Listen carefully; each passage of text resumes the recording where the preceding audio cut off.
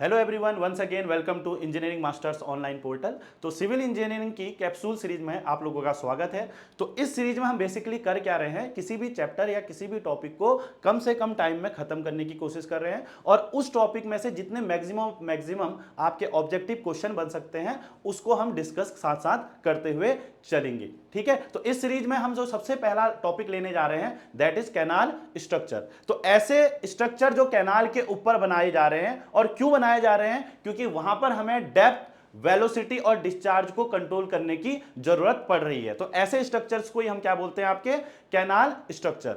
अब इस सीरीज में सबसे पहला जो स्ट्रक्चर आता है आपका, वो आता है आपका कैनाल फॉल। तो जैसा कि इसका नाम सजेस्ट कर रहा है, फॉल, किसको फॉल कराना है? फॉल मतलब क्या होता है? गिराना। और किसको गिराना है? आपके पानी के लेवल को। और क्यों गिराने की जरूरत पड़ रही है? क्योंकि जो हमारा ग्राउंड का स्लोप है वो ज्यादा स्टीप हो जा रहा है डिजाइंड चैनल के बेड स्लोप से। तो वहां पर हमें एक ऐसे स्ट्रक्चर बनाने पड़ेंगे जहां हमें वाटर के लेवल को क्या करना पड़ेगा? लोअर डाउन करना पड़ेगा। तो इस सीरीज में हम जो भी स्ट्रक्चर बनाते हैं उसे ही हम क्या बोलते हैं? Canal fall. और ये कैनाल फॉल कुछ इस तरीके से डिजाइन किए जाने चाहिए कि जो डाउन स्ट्रीम में उनका एफएसएल है वो एटलीस्ट 0.5 से 0.75 किलोमीटर तक क्या रहे? उस ग्राउंड लेवल के नीचे ही रहे। तो सबसे पहला इंडियन कैनाल सिस्टम में जो आपका फॉल ट्राई किया गया था वो था आपका ओगी फॉल, जो गंगा कैनाल में आपको देखने के लिए मिलेगा। और ये कॉम्बिनेशन है आपका कॉन्वेक्स और कनकेव कर्व का, और इसमें बेसिकली करी जाती है स्टोन पिचिंग। वही बात करें अगर वेस्टर्न यमुना कैनाल की, तो वेस्टर्न यमुना कैनाल में आपका रैपिड फॉल प्रोवाइड किया गया है। तो इसमें हम क्या करते हैं, बेसिकली एक long rapid slope of 1:15 to 1:20 provide कराते हैं। अब ये जो फॉल होता है, रैपिड फॉल, ये थोड़ा एक्सपेंसिव होता है, इसीलिए इसी को क्या कर दिया गया है? ऑब्सोलीट कर दिया गया है। और इसी को मॉडिफाइड करके हम कौन सा फॉल ले आते हैं? Stepped fall. तो स्टेप फॉल में हम क्या करते हैं? स्टेप बाय स्टेप पानी को क्या कराते हैं? फॉल कराते हुए चलते हैं। तो ये सुटेबल होता है कब? जब आपका वाटर का लेवल अप स्ट्रीम में थोड़ा हाई लेवल पे होता है, तो वहां इसकी सुटेबिलिटी बहुत ज्यादा पाई जाती है। तीसरा नेक्स्ट आपका आता है आपका ट्रेपेजॉइडल नोच फॉल। तो इसमें हम क्या कर देते हैं? पानी को गिराते हैं सिंपल ओपनिंग देके, किस फॉर्म में? ट्रेपेजॉइडल फॉर्म में। तो ट्रेपेजॉइडल फॉर्म में देते हैं तो यहां पर जो एनर्जी रेसिपेट होती है वो किस फॉर्म में होती है? आपकी टर्बुलेंसी की वजह से। किस वजह से होती है? टर्बुलेंसी। ये सुटेबल होते हैं केवल और केवल लो डिस्चार्ज के लिए, पॉपुलर हैं, इकोनॉमिकल हैं और सिंपल टू कंस्ट्रक्ट भी होते हैं। नेक्स्ट हमारा आता है दैट इज वेल टाइप। तो वेल टाइप में हम क्या करते हैं? पानी को एक वेल टाइप के उसमें गिरा देते हैं। अब ये सुटेबल होता है अगर आपकी हाइट 1.8 मीटर से ज्यादा है और जो डिस्चार्ज कैरिंग कैपेसिटी है 0.29 मीटर क्यूब पर सेकंड से ऊपर है, तो वहां पर हम वेल टाइप यूज करते हैं। इसमें हम क्या करते हैं? पानी को एक सिलेंड्रिकल वेल में गिराते हैं और वहां पर एक वाटर कुशन फॉर्म कर देते हैं और फिर पानी को डाउन स्ट्रीम की तरफ को क्या करते हैं? छोड़ देते हैं। तो इसे हम क्या बोलते हैं? Well type. तो ये टेल एस्केप की तरह भी आपके जनरली यूज किए जाते हैं। उसके बाद नेक्स्ट आता है हमारा इसी सीरीज में वर्टिकल ड्रॉप फॉल। तो वर्टिकल ड्रॉप में हम क्या करते हैं? हाइट को वाटर को एक वर्टिकल हाइट से गिराते हैं। कैसे गिराते हैं? एक रेज्ड क्रेस्ट की मदद से। तो अगर किसी हाइट से हम इसको गिरा रहे हैं तो यहां पर आपकी कैसी एनर्जी डेसिपेशन होगा? इंपैक्ट एनर्जी डेसिपेशन होगा। अब क्योंकि हाइट से गिरा रहे हैं तो ये सुटेबल होते हैं केवल और केवल 1.5 मीटर की हाइट तक के लिए ही। ठीक है, और वहीं अगर हम डिस्चार्ज की बात करें या आप शेप ऑफ क्रेस्ट की बात करें, तो shape of crest rectangular prefer किया जाएगा अगर आपका डिस्चार्ज 14 क्यूमेक से कम है, और अगर आपका डिस्चार्ज 14 क्यूमेक से ऊपर है या उसके बराबर है तो वहां पर हम प्रीफर करते हैं ट्रेपेजॉइडल क्रेस्ट। नेक्स्ट इसी सीरीज में आते हैं आपके ग्लेसिस टाइप। ग्लेसिस का मतलब क्या हुआ? ढाल, कि उनकी ढाल किस तरीके की है। तो इसमें आपका सबसे पहले आपका आता है स्ट्रेट ग्लेसिस टाइप। तो इसमें हम एक रेज्ड क्रेस्ट के बाद एक स्ट्रेट स्लोप प्रोवाइड कर देते हैं और ये स्लोप जनरली 2:1 का रहता है। ठीक है, अब इस स्लोप इसमें जो डिस्चार्ज रहता है 60 क्यूमेक तक और जो हाइट रहती है 1.5 मीटर तक ही सेटिस्फैक्ट्री रहती है। अब इसी प्रोफाइल को अगर मैं पैराबोलिक कर दूं तो इसी को हम क्या बोलते हैं? मॉन्टेग फॉल बोलते हैं। क्या बोलते हैं? Montague fall. तो पैराबोलिक ग्लेसिस किसमें फॉर्म होती है कहता है? तो किसमें फॉर्म होती है? आपकी मॉन्टेग फॉल में। तो हम इसमें बेसिकली करते क्या है? एक वर्टिकल कंपोनेंट को इंट्रोड्यूस करते हैं ताकि एनर्जी डेसिपेशन प्रॉपर्ली हो पाए। उसके बाद नेक्स्ट हमारा इसी में आता है अगर हम स्ट्रेट ग्लेसिस के साथ साथ एक बैफेल वॉल लगा दें तो इसी को हम बोलते हैं इंग्लिश फॉल या बैफेल फॉल। ठीक है, नेक्स्ट जो स्ट्रक्चर हम यूज करते हैं यहां पर दैट इज कैनाल रेगुलेटर। अब नाम ही सब कुछ कह रहा है रेगुलेटर। रेगुलेटर का मतलब क्या हुआ, ऐसे स्ट्रक्चर जो वाटर के सप्लाई को कंट्रोल करने के काम आते हैं उन्हें हम बोलते हैं कैनाल रेगुलेटर। अब रेगुलेटर दो टाइप के होते हैं, एक लगता है आपका पेरेंट चैनल के डाउन स्ट्रीम में और एक लगता है आपका ऑफ टेकिंग के हेड पे। तो ऑफ टेकिंग क्या होता है, जो पानी को ले जाता है पेरेंट चैनल से, और पेरेंट चैनल क्या होता है, जो पानी प्रोवाइड करा रहा है ऑफ टेकिंग को। तो पेरेंट चैनल के डाउन स्ट्रीम में जो भी लगेगा उसको हम बोलते हैं क्रॉस रेगुलेटर, और ऑफ टेकिंग के हेड पे जो भी लगेगा उसे हम बोलेंगे हेड रेगुलेटर।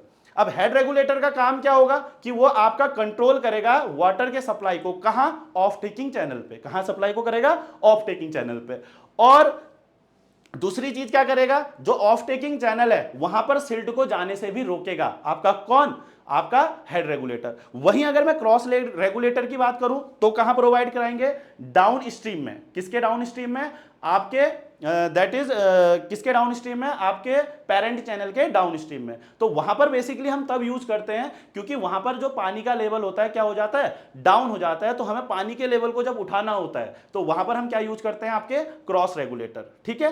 अब एक चीज और पूछता है कि आपका जो अलाइनमेंट होना चाहिए, बेस्ट अलाइनमेंट, जो आइडियल अलाइनमेंट है किस किस के बीच में, ऑफ टेकिंग और पेरेंट चैनल के बीच में, वो कितना होना चाहिए, तो वो होता है आपका 0 से लेके ट्रांजिशन तक। आपने पहले अगर एक फिगर देखा होगा तो 0 से लेके ट्रांजिशन तक इसका वैल्यू चेंज करती है। तो दो स्ट्रक्चर हमने पढ़ लिए यहां पर, canal fall and canal regulator. Next हमारा आता है कैनाल एस्केप।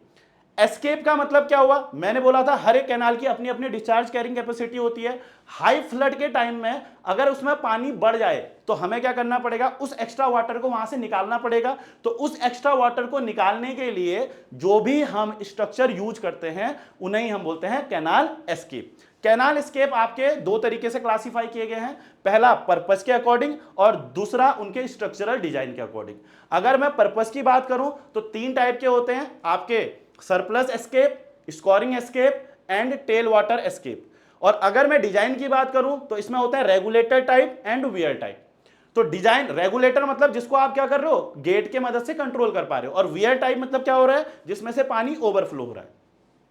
अब इसमें जो पहला वाला पर्पस की हम बात करें तो पहले वाला आपका कौन सा था, आपका सरप्लस टाइप। तो जो आपका अपस्ट्रीम एंड पे एक्स्ट्रा वाटर के रिमूव करने के लिए जो स्ट्रक्चर बनाए जाते हैं उसे हम क्या बोलते हैं, सरप्लस टाइप। ये आपके रेगुलेटर टाइप भी हो सकते हैं और आपके वियर टाइप भी हो सकते हैं। ठीक है। और इसमें जो डिस्चार्ज कैपेसिटी होती है एस्केप की, ये generally 0.33 to 0.5 of discharge at the channel होती है। कहां पर, जहां पर एस्केप की हम बात करें तो कितना पानी आउट करेगा, तो 0.33 से 0.5 of discharge at the channel करेगा। दूसरी बात, अगर हम बात करें दूसरे स्कोरिंग एस्केप, तो ऐसे एस्केप जिसको हम किसके मदद से कंट्रोल, जो आपके बेसिकली क्या काम आएंगे, सेडिमेंट को हटाने के काम आएंगे। जो चैनल में सेडिमेंट है उसको हटाने के काम जो आएंगे उसे हम क्या बोलेंगे, आपके स्कोरिंग एस्केप। ठीक है। तो ये जनरली कैसे होते हैं, रेगुलेटर टाइप के। इनको केवल आपका क्या कर सकते हो, गेट के मदद से कंट्रोल ही कर सकते हो, वियर टाइप नहीं होंगे।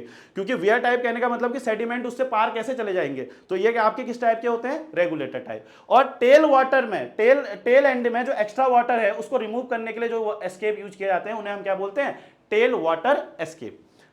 दूसरा मैंने डिजाइन के अकॉर्डिंग बोला। अब मैंने आपको बता दिया टेल एस्केप आपके वियर टाइप होंगे, स्कोरिंग एस्केप आपके रेगुलेटर टाइप होंगे, सरप्लस एस्केप आपके वियर टाइप भी हो सकते हैं और रेगुलेटर टाइप भी हो सकते हैं। तो वहीं अगर हम बात करें डिजाइन के अकॉर्डिंग, तो डिजाइन के अकॉर्डिंग रेगुलेटर टाइप, तो रेगुलेटर टाइप आपके कौन कौन से थे, सरप्लस और स्कोरिंग थे, और वियर टाइप आपके कौन से थे, सरप्लस और टेल वाले थे।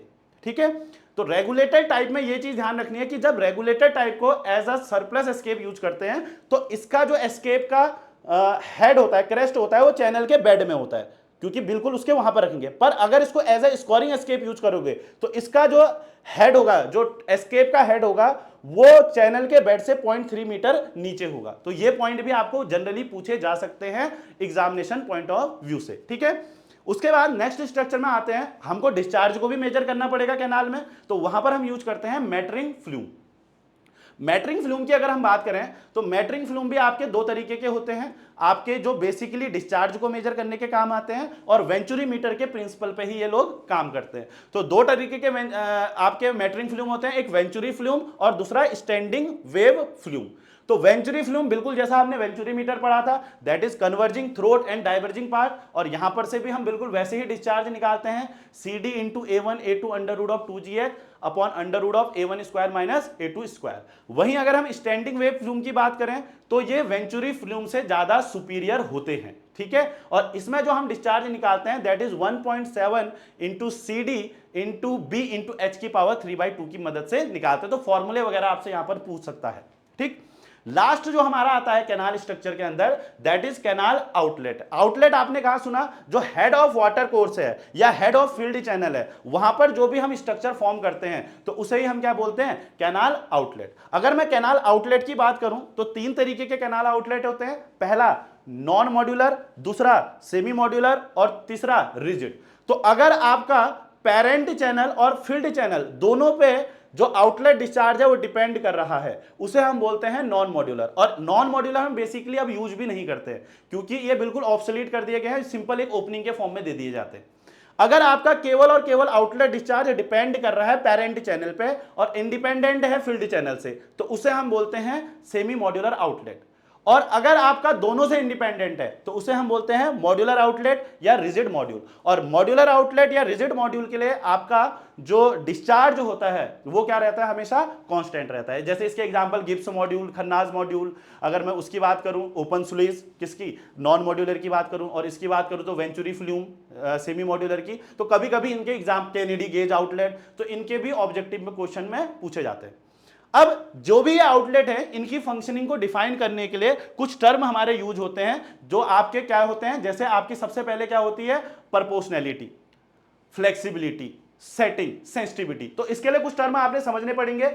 सबसे पहले जो ये y है, y क्या है, आपका डेप्थ है। y क्या है, डेप्थ है, कहां, आपके पेरेंट चैनल में, या आप इसको बोलो माइनर डिस्ट्रीब्यूटरी में।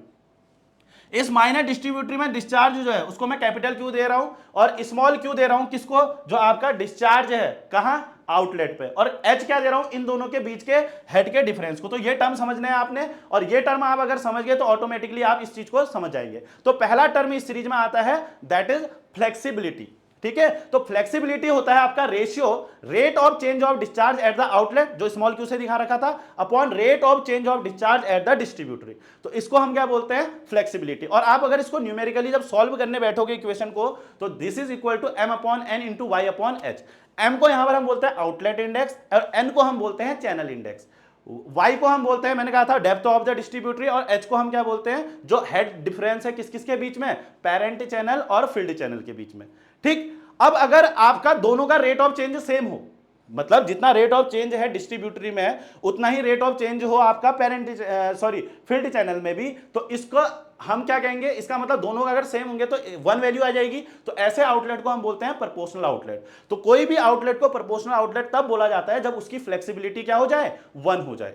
दूसरी बात, अगर फ्लेक्सिबिलिटी लेस देन 1 हो जाए तो इसको हम बोलते हैं सब प्रोपोर्शनल, और अगर फ्लेक्सिबिलिटी ज्यादा हो जाए 1 से तो उसे हम बोलते हैं हाइपर प्रोपोर्शनल। उसके बाद नेक्स्ट जो टर्म आता है, हमने फ्लेक्सिबिलिटी देख ली, हमने प्रोपोर्शनैलिटी देख ली, अब नेक्स्ट आता है सेंसिटिविटी। तो सेंसिटिविटी होता है ratio rate of change of discharge at the outlet small dq upon q upon rate of change of depth at the distributary, है ना, या water level at the distributary, तो upon dy upon small y।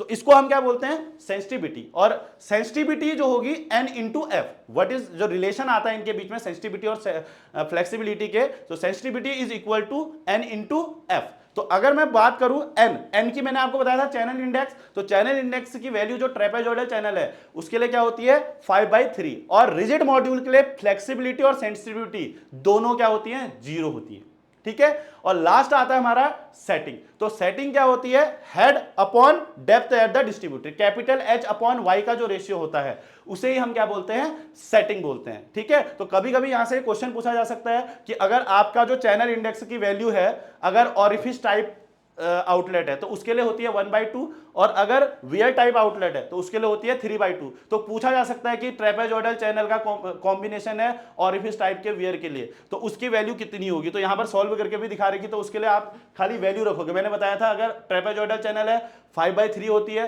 और orifice type wear है तो उसके लिए outlet index की वैल्यू 1/2 हो जाती है। तो इसको सॉल्व करोगे तो आपके पास वैल्यू आ जाएगी 0.3। तो इस तरीके के छोटे छोटे क्वेश्चन आपसे यहां पर पूछे जाते हैं। तो होप ये लेक्चर आपको समझ में आया होगा। ये लेक्चर दोनों बच्चों के लिए, जिन्होंने पढ़ रखा है और जिन्होंने नहीं पढ़ रखा है, हेल्पफुल साबित होगा। Thank you.